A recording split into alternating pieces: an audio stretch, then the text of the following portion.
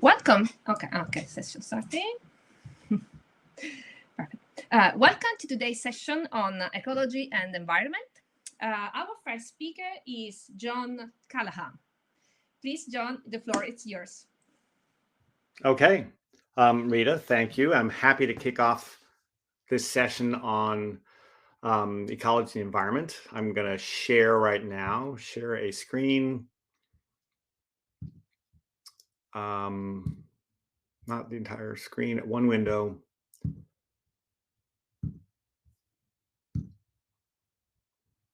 So can people see my slides? No, we cannot see your slide. No. Let me try again. Share screen. Window.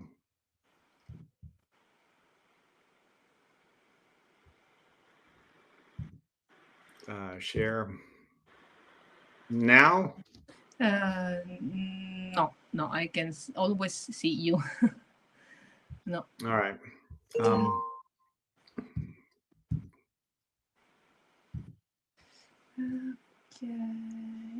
Let's try this. I'm sorry, I'm trying to share the screen. I'm in Chrome.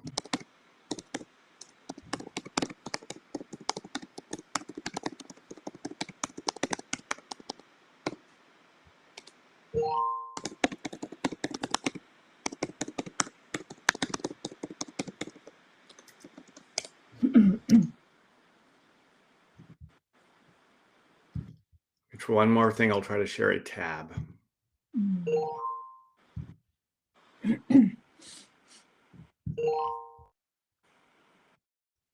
Okay, Teen. Is that working now? Oh, no, we still. Okay, yes, it's working. Perfect. Okay. All Please, right, John, good. go. Okay. So here we are. John Callahan, Air Quality Recipes, package APIs for our dabblers, and I'll explain all that as we go along. So first off, I need to give a lot of credit to all the people who worked on these packages and the funding organizations. This work over the last decade was funded by the U.S. Forest Service, the South Coast Air Quality Management District, Incorporated Research Institutions for Seismology, a seismology consortium, and it was done at Mazama Science, a small company. A little bit about me. I studied spectroscopy in graduate school, and I spent a decade at NOAA's Pacific Marine Environmental Lab. Got introduced to weather data and really kind of embraced open source software. I spent the next decade at a small company called Mazama Science, was my company, and we wrote a bunch of R packages for air quality data. Now I'm at the Desert Research Institute, and yeah, let's dive right into air quality. Why is air quality important? Well, thanks to Paula Moraga this morning, she mentioned PM 2.5 data and how important that is for disease. But also the World Economic Forum says that air pollution claims the lives of some 7 million people every year. According to the World Bank, 2.8 billion people face hazardous air pollution levels on a regular basis. And there's the huge social justice component of it. People in poorer communities suffer much worse air quality in general. So who wants to use air quality data? There's a lot of it that's produced. Paula Moraga did this morning. Also experts at air quality management districts and public health agencies, administrators in schools and hospitals, and regular researchers, you and me, citizen scientists. It's really data that should be of value to everyone. Typically, the skill set that people bring is Excel or some other spreadsheet software. Yes, there are some people who do data munging in R, but in my experience, that's mostly so that they can get it back into Excel. So that's just the reality of the people that I'm creating packages for. I think R&R Studio could be a really perfect tool for working with air quality data. It's scripted and reproducible, has excellent graphics, interactive data visualization, but where are the packages for air quality? There's one very well-known one called OpenAir, but not many others.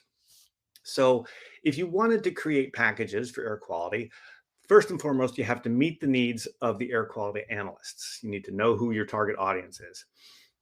As in any package, you want to have systematic naming of objects and functions. I really like the pipe operator and chaining of results. A compact data model is going to turn out to be really important. And then, of course, you're going to have good graphics, documentation, and examples.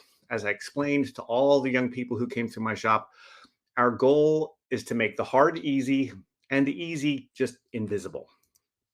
So let's talk about these air quality packages that we created. Actually, we created a suite of them that address individual components of the problem. And I like to think of them as little Lego bricks for air quality analysis. You put them together as you need. This is everything for data ingest, QC, and so on. And let's dive right in. The lowest level, we have our core utilities. So I was hiring undergraduates and recent graduates to write code that was run operationally on federal government servers. So we needed a lot of help to make sure that that code was reliable. So this core utilities package has logging, error messaging, cache management. We've got our own date time parsing. And at the very bottom, you see source code linting.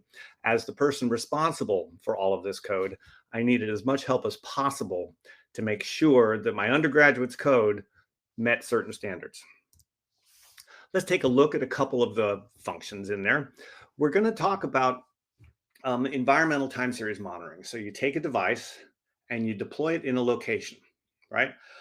So having location identifiers is going to be really important. So we have a function for that. We also have a bunch of our own date time parsing and manipulation functions. They work just like lubridate functions often, with one exception. They demand that you specify the time zone. If you don't specify the time zone, you get an error. Confusion about time zone is a very, very awkward problem to solve. So we have to be explicit. The other thing I'd call your attention to is the names of the arguments. We don't use shorthands. We think about what something is and we name it that thing. So it is longitude. It's not LON, it's not LNG. It's latitude, it's date time, it's time zone, it's start date, it's end date. Having these common names makes your code easy to understand, and it actually makes it easier to write. Next up is spatial utilities. You've got a device deployed in a location. The more information you have about that location, the more interesting questions you can ask. And that's basically a GIS point and polygon search. Well, our target audience does not have any GIS skills and typically does not have access to anyone who has any GIS skills. So we had to provide that for them. This package has a bunch of harmonized data sets and a bunch of functions to make this kind of searching simple. Quick examples, you specify some locations and you can get the ISO country code. You can get the English language name. You can get the Olson time zone. You can get the state name. And at the bottom there, you'll see a little argument called use buffering. That's what I call sweating the details, because sometimes you'll have a location that's inside the Finland exclusive economic zone, but it actually shows up outside of one of the state boundaries for Finland. Maybe it's on a tiny little island, right? So you land, if you don't find something when you land, you buffer out a ways to see if you can bump into something. And it's an example of not just going 90% of the way to what's needed, but trying to get 98% of the way to what's needed. Having spent all this time and energy and CPU cycles collecting all of your GIS style data, you'd really like to keep track of it. When we ingest the time series data, it often comes in as a set of latitudes, longitudes, and values. And we don't want to do a GIS search for every single one of those records that's coming in. They might come in every hour, they might come in every minute, they might come in every couple of seconds. So what we'd like to do is take that location and say, hey, do we already know about you? Are you one of our known locations that we've already done all this work for? If so, you get that metadata. Next up is the time series package. This is the one that provides a compact data model. So again, we're taking a device, we're deploying it in a location. It stays there for a while. Data comes in and it typically has latitude, longitude, maybe instrument ID and some other stuff, and a data measurement value. And we don't want to store all of that because it's too big. What we'd like to do is separate the time invariant instrument, and location metadata and put that in one table, the metadata table. One record will cover this deployment, right? The actual time varying data goes in a data table as a column. So this one row of the meta table is associated with one column of the data table. The advantage of this is you can store data from a whole bunch of monitors at once. 3 monitors, 3 rows of metadata, 3 columns of data. Keep going until you have as many monitors as you want.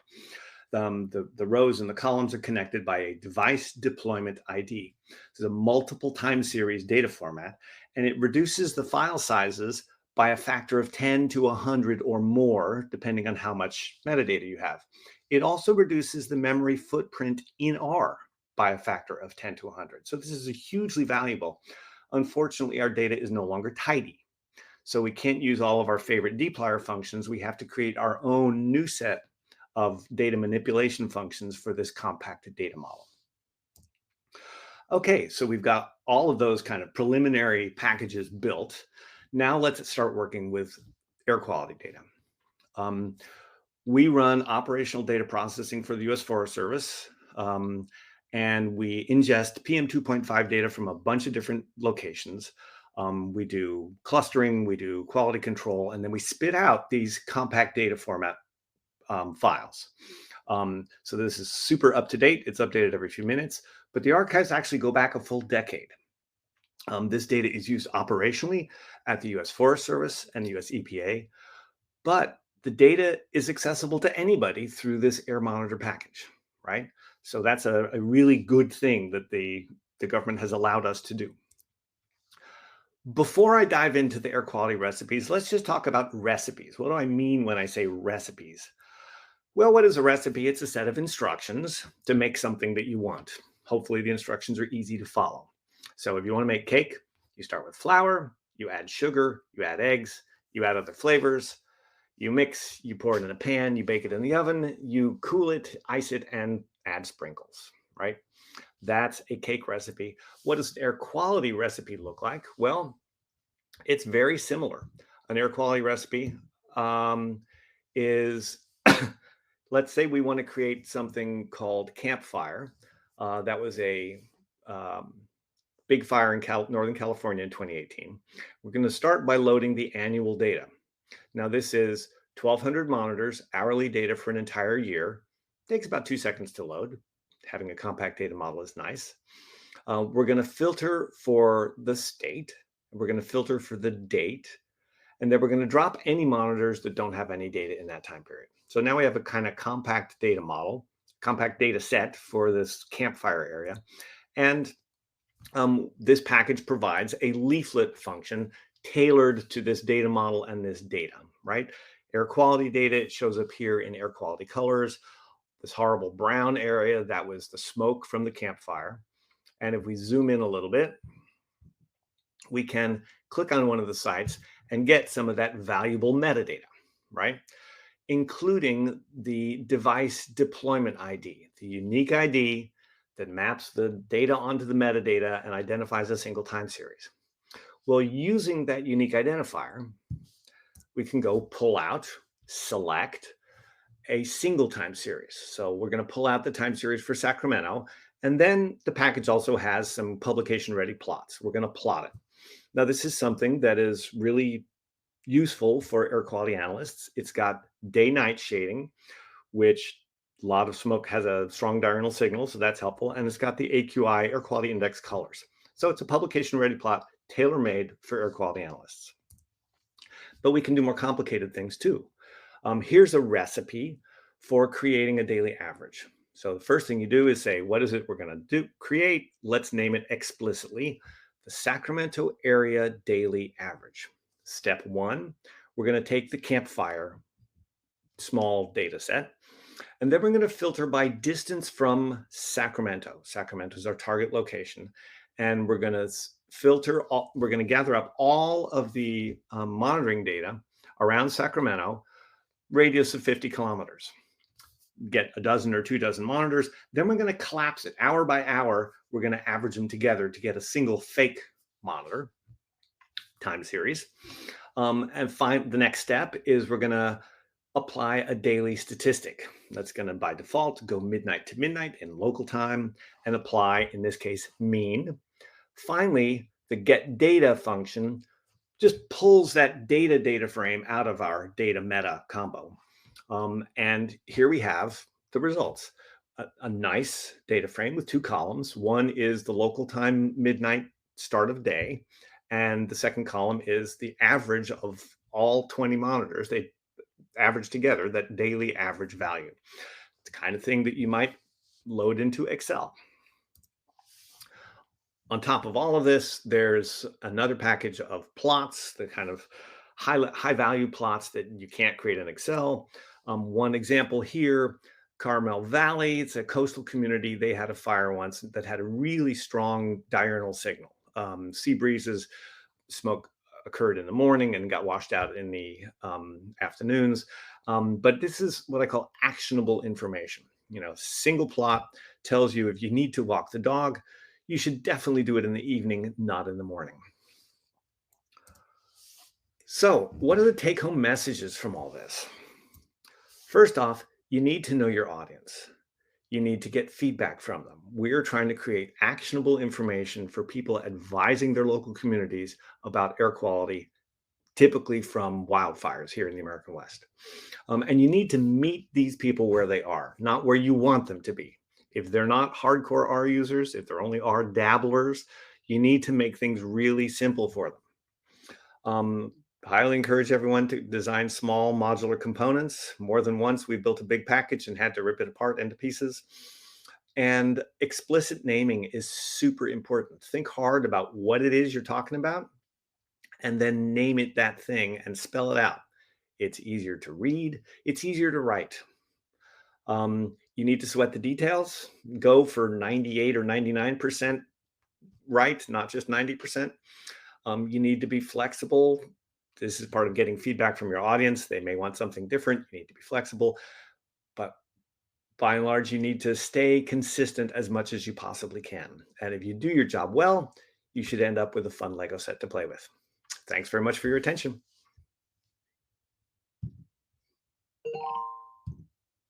John, thank you so much for your very interesting talks. It was very interesting to see all this information put in the package. I believe that the people that works in this field will find very, very useful. If there are people that have some question, you can put in the Q&A for John.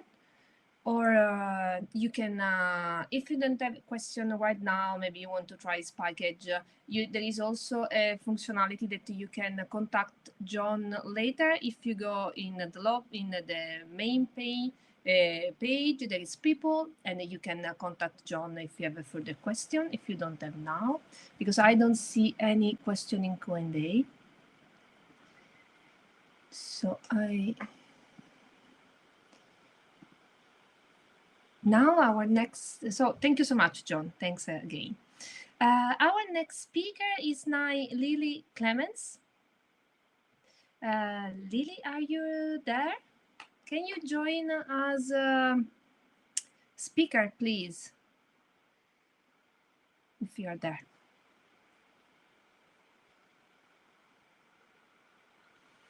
Okay, so we will wait a moment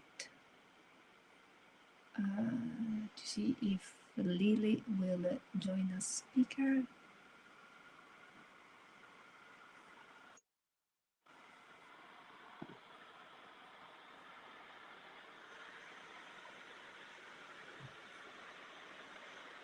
Okay.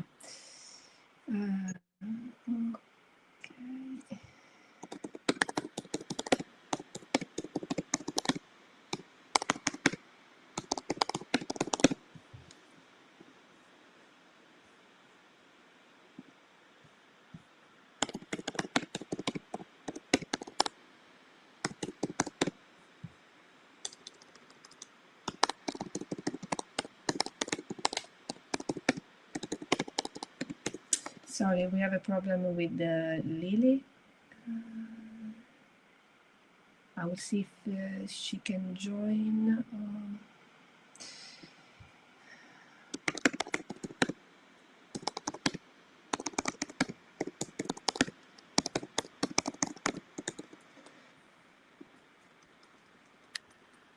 Okay, perfect. Lily? So many things open. I will look this way, and then I'm looking the right way. Okay.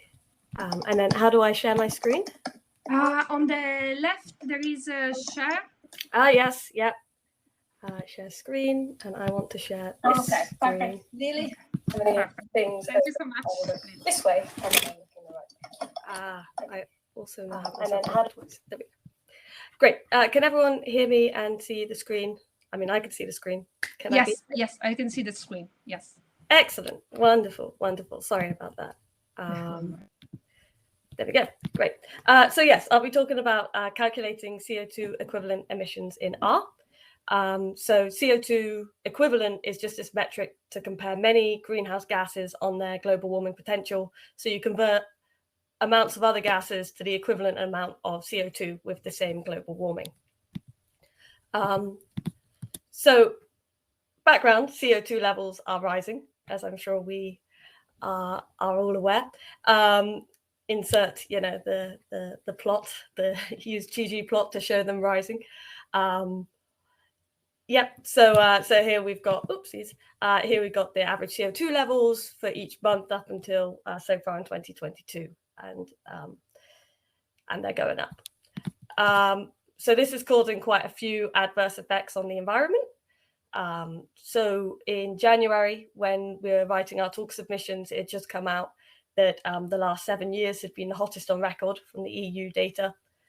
At the moment, in the news, there's this mega drought in the US, which is saying it's the worst in the millennium. And this is causing a lot of problems for farmers with their lack of water, who usually rely on this, Lake Mead. But in addition, the lake has gone down so much that they are finding bodies of murder victims from decades ago, which I think is quite an interesting narrative for just how things are going and how the rise in CO2 levels, they believe, are exacerbating these problems. Climate change boosted the Australia bushfires. So just before the pandemic, there was the really bad bushfires in Australia. People remember, and it's recently come out that was not helped by climate change. And at the moment in Bangladesh and India, we have these floods, which is being said to be the worst in nearly 2 decades. And after speaking to a colleague of mine who's in India at the moment, she said to me that the heat wave in India has caused such worry about the crops that they've actually stopped wheat exports, which together with the Ukrainian wheat no longer being exported is leading to an increase in the global wheat prices. So CO2 levels are rising and it's causing adverse effects. And that's not all. There's also worse to come. So this is from NASA, just various headlines, but they're saying that change is going to continue through this century and beyond. They reckon by 2050, the Arctic will be ice-free.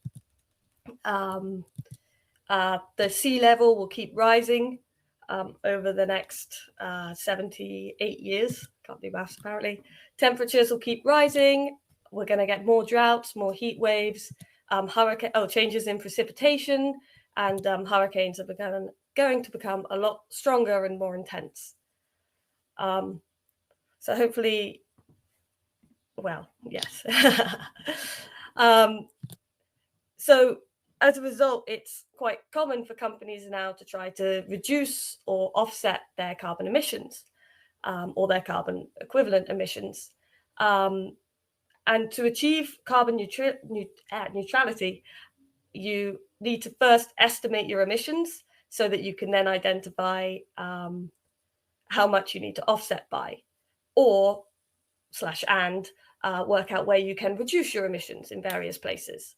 So the first step to do this is to calculate your current emission levels. And so this is what we started doing at my workplace. So I did a little explore of the different calculators out there to calculate your CO2 levels. And currently there's a lot of tools to do this, but they're not reproducible. You can't easily amend decisions that are in there. so emissions can vary between countries and regions. We might find that, for example, if I'm in the UK and if I eat an avocado, that's going to cause a lot more emissions than if someone in Brazil ate one because of the transporting of it and whatnot. Yes, it's hard to save and edit and redistribute the results on these online calculators or these front ends for them because you don't have this script. A lot of them ask for payments to have the full use of it. And there's this real kind of lack of transparency in them. So we want there to be kind of, you then aren't aware that it's difficult for others to know exactly what choices you've made to get to the results to say, okay, I've used this much carbon. But with something like R, we do have transparency. The script provides the exact method that you chose. And on top of that, you can even look at the code to see why these values have been used. So this is where Carbon R came from. So R is open source. There's this complexity in estimating emissions out there. But since Carbon R is on GitHub, it allows for this environment where we can have different discussions to get different viewpoints to inform the functions. Currently, the values for the emissions in there are based off the UK government of CO2 equivalent emissions. So we wrote a set of these functions in R to estimate CO2 levels, and on top of that, created a front end in Shiny so that they are more accessible. So this is how you would get to it, and hopefully, if what I want to do now doesn't work, then I do have a backup plan. But yes, there we go, perfect. So this is, I have to move my computer over a little bit. So this is the interface in Shiny, where we have the different tabs here to pick what you want to look at the estimates for, and the values will come up in the table. So say I was going to the conference in Nashville, then I can write in here that I'm going from Gatwick, and I get my airport code, and I can put in the from box that I'm going from Gatwick. And then if I'm going to Nashville International Airport, I get the airport code for that. And hypothetically, let's say I'm going to go via Paris. So again, I can write in my airport code and it comes up with different places within it, the word Paris. We'll go for Orly. Why not? I'll fly economy. Why not? One person. And we also have these other options such as accounting for radiative forcing, which is, it basically multiplies it by a factor of 1.9 because it's found that releasing the emissions in the air is much more detrimental than doing it on ground. It's a round trip, so I will click that because I do want to go home at some point. And including indirect emissions, this takes account of emissions such as getting the transporting the fuel to and from the air, to and from the plane, and refining the fuel and whatnot. So I can just add that to the table and I get my emissions. So I can also, since I'm going to the conference, well, I guess I'll get the train to the airport. So I live in Southampton. So I would put in my train station here, which is Southampton Central. And I will get the train to Gatwick because that's where I was getting my flight. So we'll put in here Gatwick Airport. There wouldn't be any via points. And again, it's a round trip because eventually I'll do it when I come back home, and I will include indirect emissions. On the other side, when I arrive in Nashville, I want to get a taxi. So here under vehicle transport, we have all of these different options for the vehicles. So I'd get a taxi. And I think it was about 12 miles between the airport and the conference center. I might be wrong, but I think it said it was about 12 miles. So I'll then add that to the table. And since I want to go home, I'll add it twice just for the return journey. And then the final one that I'd use here would be under hotel stays. So using the CO2 emissions related to these hotel stays. Well, I'm going to the US, so here we can pick location. We don't have all of the locations because it's based on the UK's governmental survey. But I'm going to the US for 3 nights, and I only need 1 room, so I can again add that to the table. So then on the side, we get this nice table showing the amount of emissions used. We also have the option for ferries, which works very similar to the flights tab of you checking the port and putting them in and clicking on round trip and indirect emissions, and office usage, where you can put in lots of different options. I can now just flip through all of these bits because this was just a backup in case what I just did there didn't work. So that's just the front end in Shiny, but obviously this can also all be done just in R by typing it. It just felt a lot more interesting to show you the front end than typing it. But this is only the beginning of the package. It's small and very standalone at the moment, just for use within items, but the vision is for it to become bigger. So consider this a formal invite to contribute or extend packages or criticize, and kind of it can be built as a package. Yeah, that's all. Thank you.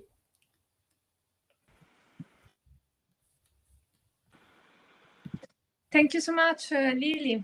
Your talk was very interesting, and I believe that this package would be very useful for most of us when we travel or when we do stuff. Yeah, this is very, very interesting. There is some question. No.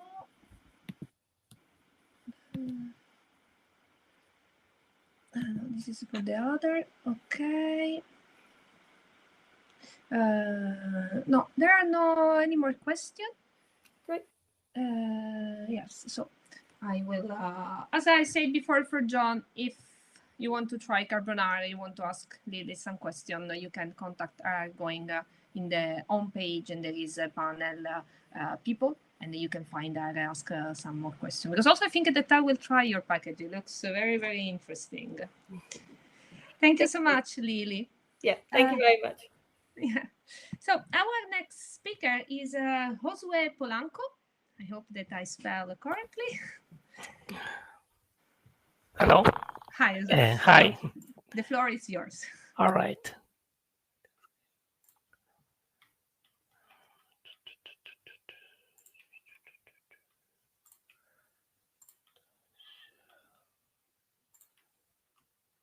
Uy. Okay. It's okay now? All right. My talk is about a package, the Roll Wheel Mul Core. Is a package for estimating rolling window multiple correlation in ecological and other related time series. The structure of this talk is as follows. The first point is a short motivation, and the next section is about the description of the package, and the third section is the description of the function, the main functions. We provide some examples and final remarks. Motivation. One of the most common tasks in environmental and climate, environmental, ecological ecological fields is to try to understand the relationship between 2 or more time series. So the most common method to use it is to estimate the correlation for this couple of time series. But this is a challenging task since these variables on the relationships between can be changed over time. And this is particular, sorry, when a time series is recorded in a quasi-periodic event, but it's not so clear when the underlying mechanisms are not well understood and are contaminated by noise. This change over time may mean the correlation estimated with method don't take into account the evolution of time, are low or simply don't exist. However, this not necessarily mean that there's no relation between the time series considered. This is very classical that you have a time series and there's no apparent correlation for all period of study, but there's some correlation for some interesting subintervals. For this reason, it's highly expedient to use correlation methods and computational tools to address this issue, such as the computational package we are presenting here, Roll-Wheel-Mull-Core. This novel package is useful for evaluating a correlation evolution and stability over time and time scales between two or more regular time series sampled on identical time points. This includes the bivariate and the multivariate cases. Roll-Wheel-Core is on CRAM, is available on CRAM and from GitHub. And the corresponding paper, its corresponding paper was published in 2020 in the journal Ecological Informatics. This package contains 6 functions. The first 4 functions are for estimating the rolling window correlations, and the last 2 is just for plotting the output of the last 4 functions. There are 2 very important points to take into account. Time series under analysis must be evenly spaced in time, regular time series, and sampled on identical time points. And the other point is very important to use the p-value correction methods to address the problem of the multiple comparison problem. And Roll-Wheel-Core includes 6 p-value correction methods, and by default is the Benjamini and Hochberg method. The first function is Roll-Wheel-Mull-Core with window correlation between 2 time series. It's just a bivariate case. And the syntax is as follows. The most important is the data, is the input data. This is a matrix. The first column is time, and the second column is the first variable, and the third column the second variable. It's important to define the name of the first variable and the name of the second variable. And the most important is the parameter is width win. Width win is the time scale of the window length when the rolling window correlation are estimated. The other parameters are not compulsory to change. The output for this function is a list of 3 numerical arrays that contains the correlation coefficients, the p-values corrected, and p-values not corrected. The second function is the Roll-Wheel-Core heat map that estimates the rolling window correlation between 2 time series. But the difference with the first function is that the Roll-Wheel-Core heat map estimates the correlation for all possible window lengths or for a band of window lengths.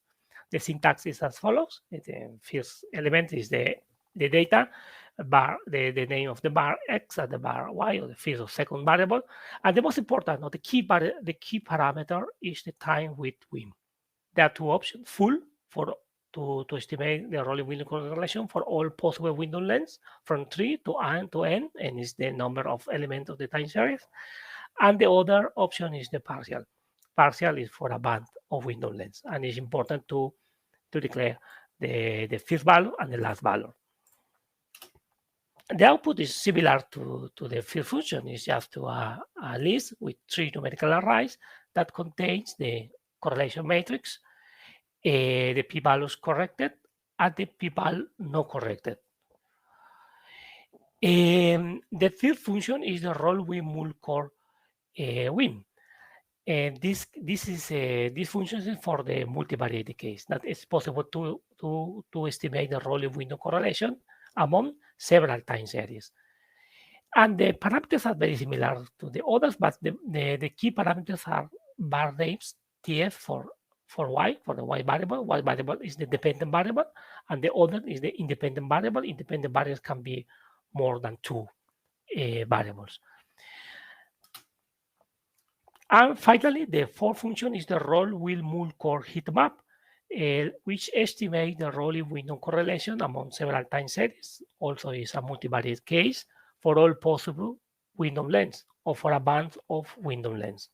The syntax is as follows: is the fields is the input data, the names of the variables, and the other parameters have already been described. And the output is similar, it's a list of 3 numerical arrays and containing the correlation matrix, the p-values corrected, and the p-value not corrected. And this is the first example that we generate 2 synthetic time series alternating periodical events.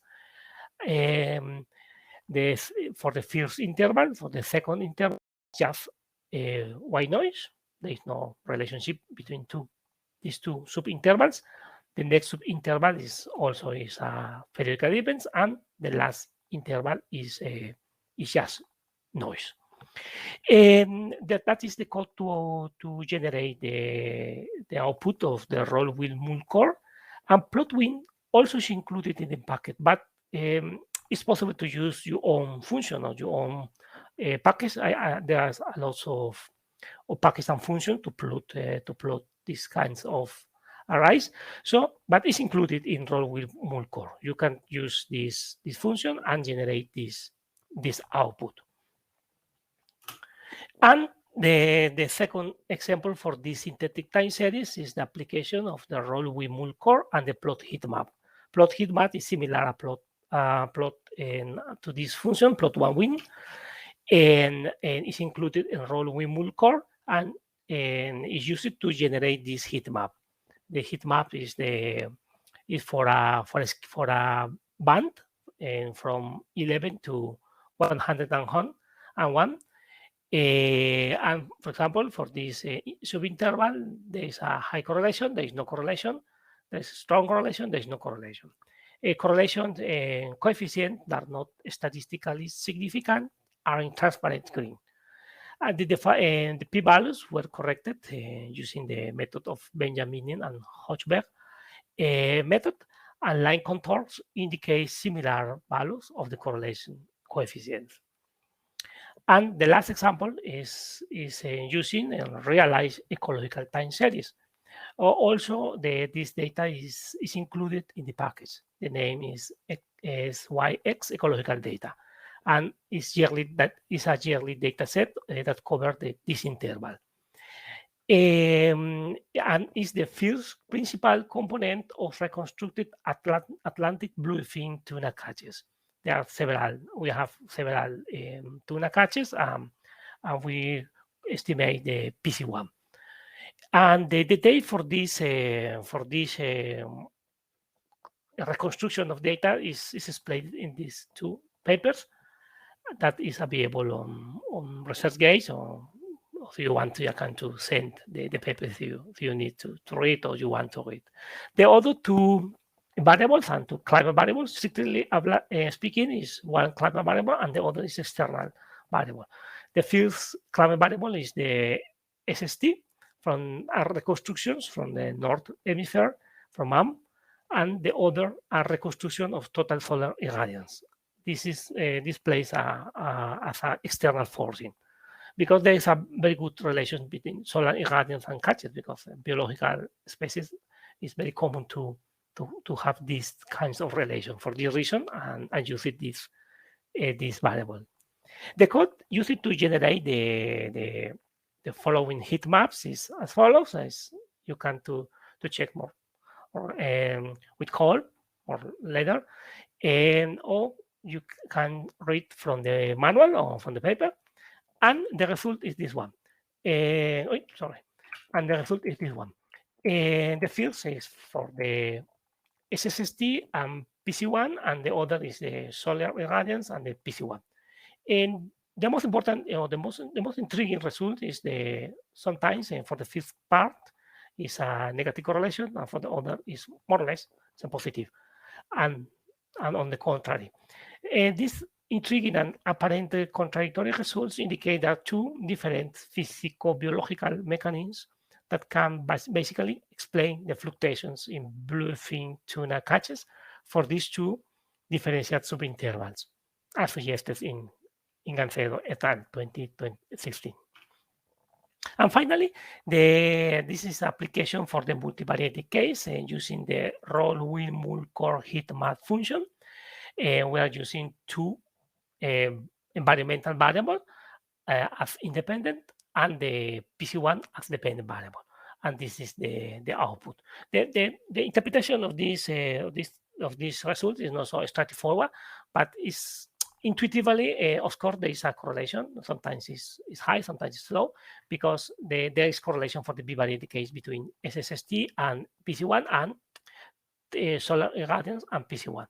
But also plays important role the autocorrelation contained in data, and much less the multiplicity comparison, because we have to address this problem with the p-value correlation. For more information, please read the paper, and this example is explained with more detail in this paper. And final remarks. The main contribution of these works are three. The first is the representation of the rolling window correlation as heat maps, because there are some software that estimate the rolling window correlation, but just for a one window, for a one window length. But in this case, one of the main contribution is that it's possible to estimate the rolling window correlation for several window lengths and represented as in heat maps. The other important contribution is the multivariate case.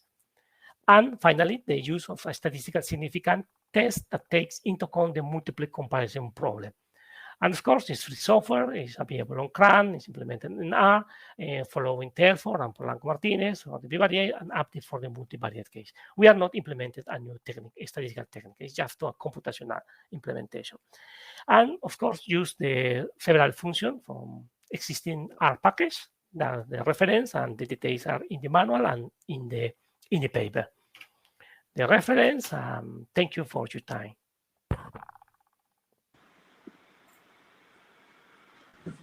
Thank you so much, Zoe. Okay. There are some questions. No, I don't see any question. So I will really thank you for this very interesting presentation. Thank you. And as I said before, if you want to contact Josue, you can also contact later. So yeah. Thank you so much. Very interesting. Thank you to you. So now we will pass it to our next speaker, that is Peter Engelstedt. Hi. Very lovely pronunciation. Thank you. Oh, thank you so much. I try to practice. Sorry, Josue, can you stop sharing? Because we can. Okay, thank you so much. Yeah, perfect. So the floor is yours, Peter. Thank you. 1 second, pull it up here. All right, everybody's see that there, Rita? Yes, we can see. Yes. Wonderful, wonderful. Okay, let me get all set up here. Okay, so as Rita said, my name is Peter Engelstedt, and I'm a researcher at Colorado State University in Colorado in the US. And I'm very grateful to be here to present today on what I believe is the first talk on this package, CliMatcher, that myself and my colleagues at the US Geological Survey have been working on for about a year now.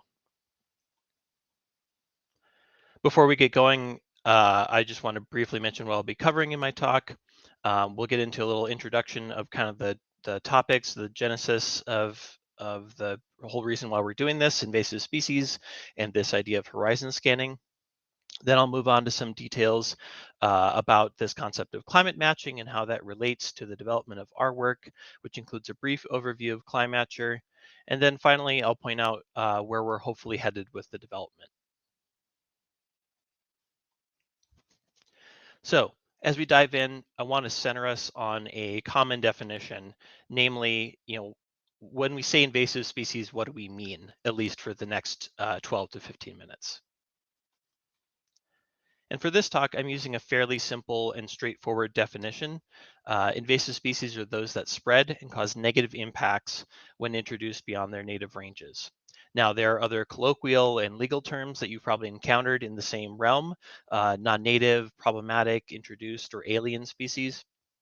But for our purposes today, what I'd like you to focus on is just this association between invasive species and their negative impacts. So negative impacts to what? Well, species like the ones shown from left to right here, we have zebra mussels, kudzu, and sea lampreys. Now, these are known invasive species that cause ecological harm, such as biodiversity loss or economic impacts to industries like fisheries and agriculture. These are species that we know are problematic, at least in the United States, and they are well established. But what about the species that aren't in the United States yet? How are we going about trying to stop problems like these known difficult situations before they start? One way we can try to get at that problem is through an assessment methodology called horizon scanning, where lists of potential invasive species are evaluated for their likelihood to establish outside of their native range in the near future. Think the next 5 to 10 years or so, that sort of near horizon.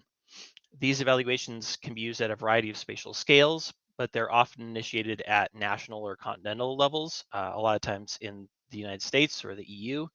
The main outcome of these assessments is recommendations to or rankings of priority invasive species, and these lists can be handed off to agencies that can be used to inform multiple aspects of policy decision making, from changes to import regulations to the development or modification of biosurveillance strategies.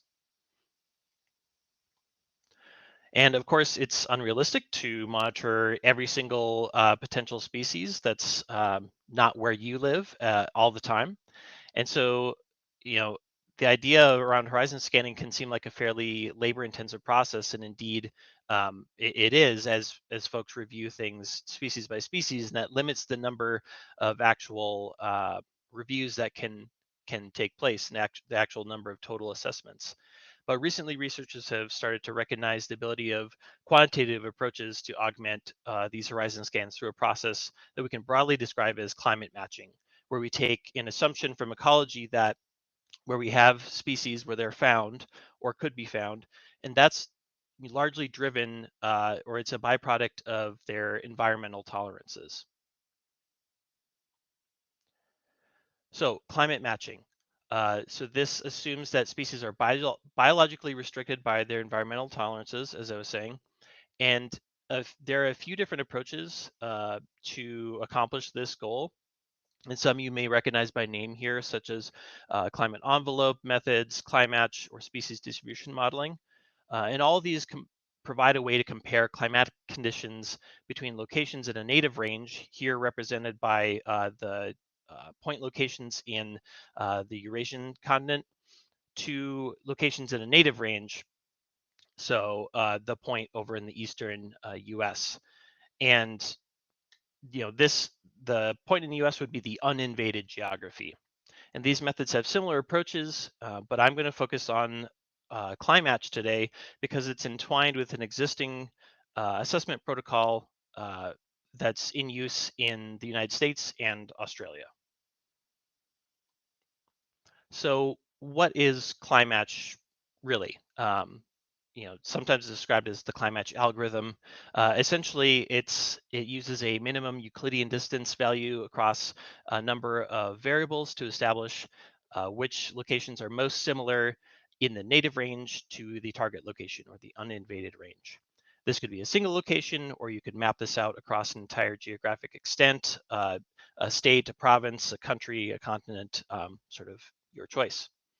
These scores can then be ranked or categorized using scoring thresholds like ones found in existing agency protocols like the U.S. Fish and Wildlife's RAMP protocol. And since its introduction, CliMatch has been validated in subsequent studies and has proven a useful tool for predicting invasion risk in previous horizon scans. Now, you're probably wondering, well, surely since people have been doing these horizon scans, there's got to be some platforms that actually utilize this CliMatch approach, and indeed there are. Two common platforms for performing climate matching with CliMatch are one through an ArcGIS plugin and another through a web tool built by the Australian government. And these options could be advantageous because they're an easy entry point for non-technical users. And at least with the case of the web tool, these are publicly available. You just go to the website and you can start to play around with it. However, these platforms offer limited data flexibility and rely heavily on point-and-click interfaces. This makes it difficult to create reproducible workflows or scale the number of species actually being assessed. So over the last year, myself and my co-authors, in addition to this work on CliMatcher, we've been part of a forthcoming horizon scan that has been investigating the invasion potential of vertebrate species in the pet trade to the United States. Our work has been relatively data rich, which is great, but it also gives us thousands of potential species to assess. And we didn't necessarily want to just throw things out to throw things out. We wanted to use CliMatch to help narrow down this initial list, but we knew these existing methods would be far too time consuming. So in response to this quantitative challenge, we built our own implementation of CliMatch that we formalized into an R package we're calling CliMatcher. This package provides an automated process with scripted reproducible workflows that help identify geographic areas of invasion risk.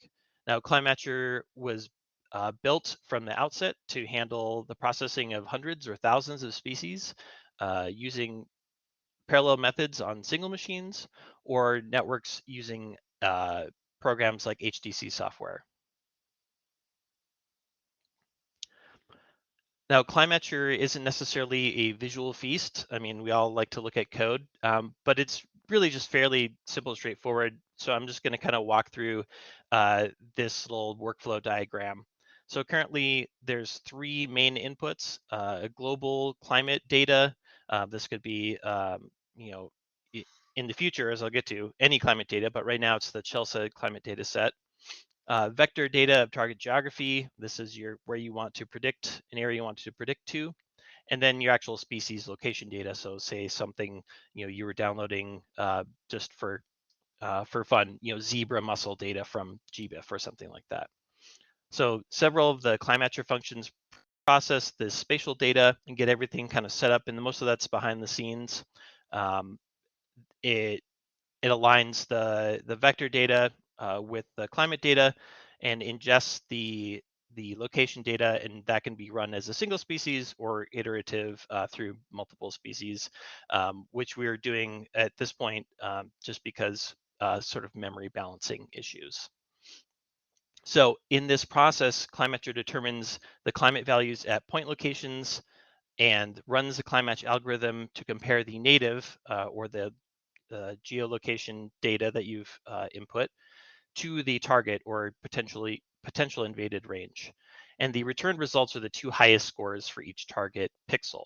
And on the bottom right, you can see everything exists in a tabular format, but you can visualize that spatially as well across. And here we have example species across the lower 48 of the United States, where you've got this gradient of CliMatch scores for each pixel location. Now, as I mentioned before, CliMatcher also has a built-in parallel functionality, and this functionality can be extended using Docker and the HT Condor software to allocate available computing resources from dedicated servers to idle networks.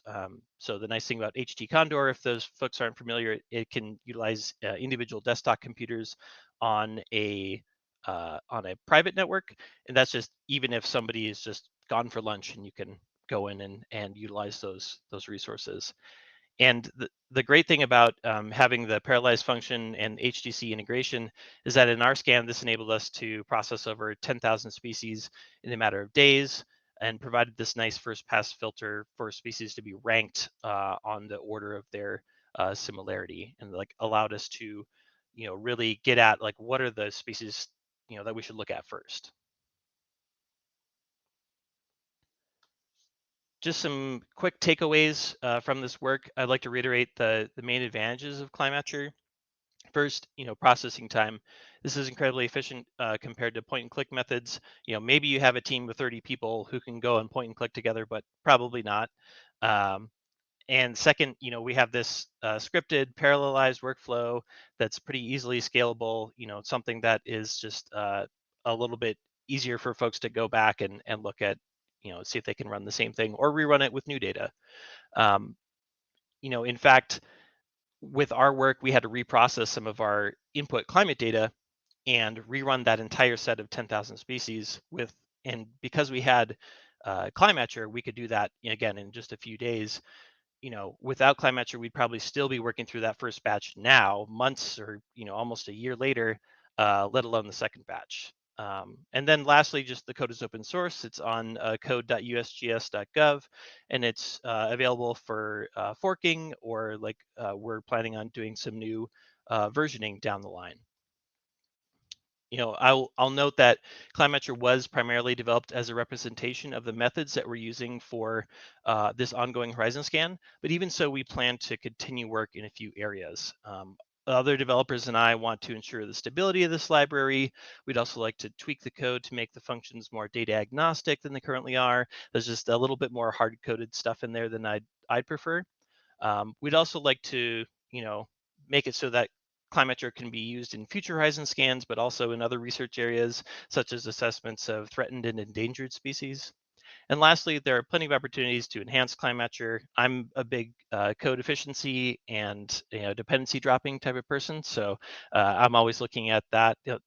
And as long as I have time and money to work on it, I'm gonna keep pushing to make CliMatcher better, as good as I can. Thanks everybody for taking an interest in our work. This has been a blast to get my first R package off the ground and out into the world. Mildly terrifying, but still very fun. Yeah, now I'll take any questions and leave this up for a second. I'd just like to thank our funders at the USGS and US Fish and Wildlife. And thanks for everyone for attending. Oh, thank you so much, Peter. It was extremely interesting, honestly, very, very interesting. And it's your first package. You will love it, and you will make others, I'm sure. It's like, yeah, you will become it's addicted been great to create other new packages. Yeah. So if there are, maybe, yeah, I see that should be a question. What variables are considered in the equation? Do different groups use different variables? Yeah, so right now it's a base set of different climatic variables, so temperature, precipitation, mainly based on that CHELSA data set, and I can respond to Tim and provide the link to that. It's also linked in the repo. And one of the things we're hoping is with future versions of this to, like I was saying, to make it a little bit more data agnostic, so that users can input their own climate data set of their choice, or do things like look at future climate data and compare that to current scenarios, and kind of look at how that's going to shift potentially. Okay, we have time, so if someone in the audience want to ask some question, or maybe if you now have some question from some other speaker, we have time. So if we want to make a discussion, please feel free to type your question and don't be shy.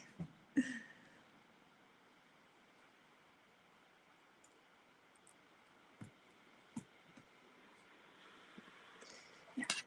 Well, there is another.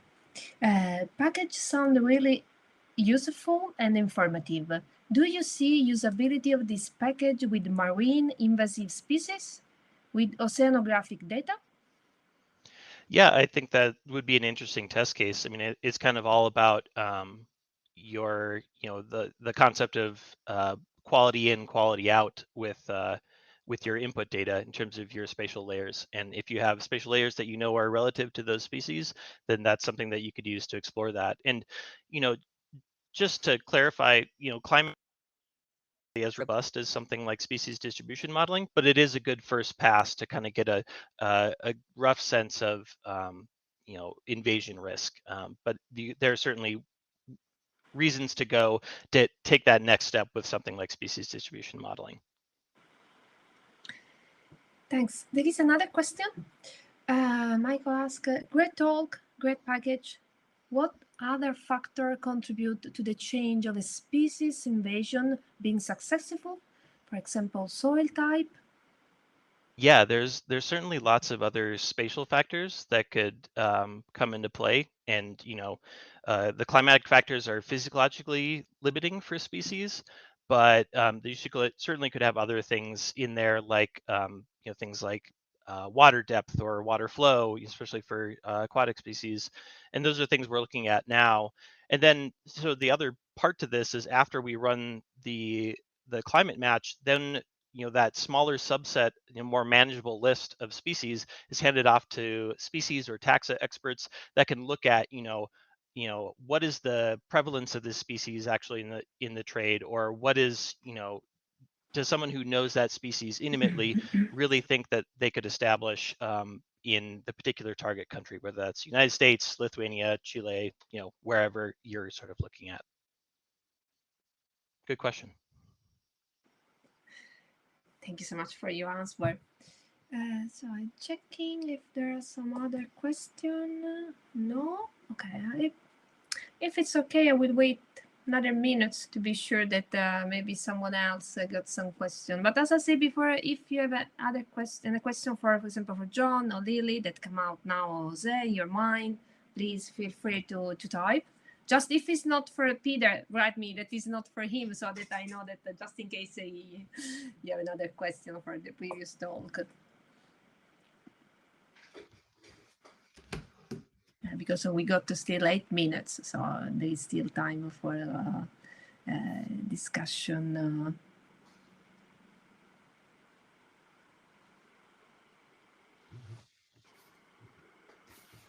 I have a question for Peter. Oh yes, please. Go. So Sure. it's my understanding that USGS actually supports the development and maintenance of our packages. You want to say something about the institutional support you get? Oh, that is an interesting question. Yeah, so I'm an interesting case, because I kind of have one foot in the academic world and one foot in the USGS world. And yeah, there's, we, like I was saying, we have this, there is also a public CRAN style repo that USGS hosts. We're not on that yet, but that's certainly, in the pipe, and would also love to be on CRAN. But yeah, there are definitely some resources out there for agency scientists to put code out in the world, and there's a whole review process that we go through on this to like both look for scientific integrity, but also just sort of code viability and whatnot, and that helps us bring a better product out to the public. Sure, there's a lot of cleanup that happens before any of this actually goes live, and thank goodness. I would love to see something similar at the EPA.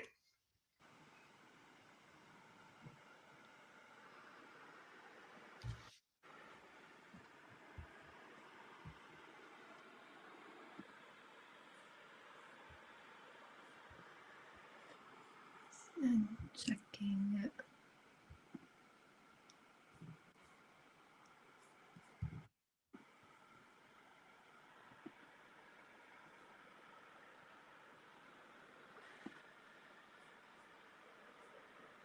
Another things I'd say, since we had our minutes and there are no more questions, before we were talking with John about feedback, if one thing that I want to encourage the audience, if you try the package of the speaker, send them feedback. It will be very useful for them, because when we develop packages, it's very important after to have feedback from the user. So I will encourage you, try this package. They are very interesting. Every package is very, very interesting. So, and after send the contact or through the panel to the home page, you can find them, or send them an email, because I believe that they will be very, sorry, I'm talking for you, but I believe that it's very important because these packages are very, very interesting. So it would be useful to have feedback about the work that you did, that it's very valuable. So all of you make something very valuable. So it would be very good to have something back from you. Okay, yeah, because of me, I think that I will contact you after I will try some of these, because I'm very interested to try now these packages. Yeah, one thing I didn't mention in my talk was that we have had a few folks reach out since we published the repo, and you know, that's where we've been getting our feedback. And you know, if users have feature requests, you know, that's the kind of stuff we want to integrate. You know, sort of as Jonathan was talking about in his talk, you know, you need to know who your audience is, and you know, that can be an evolving thing as well. It doesn't have to be a static thing. So we really appreciate getting feedback from for anybody using the package, whether it's just like, you know, hey, good job, thumbs up, or please help.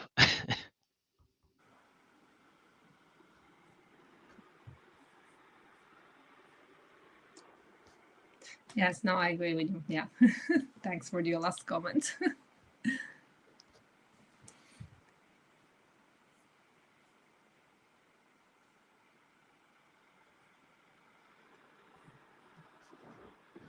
Okay, we have last 4 minutes. If there is some other question, sorry, we are the speaker here to answer your question.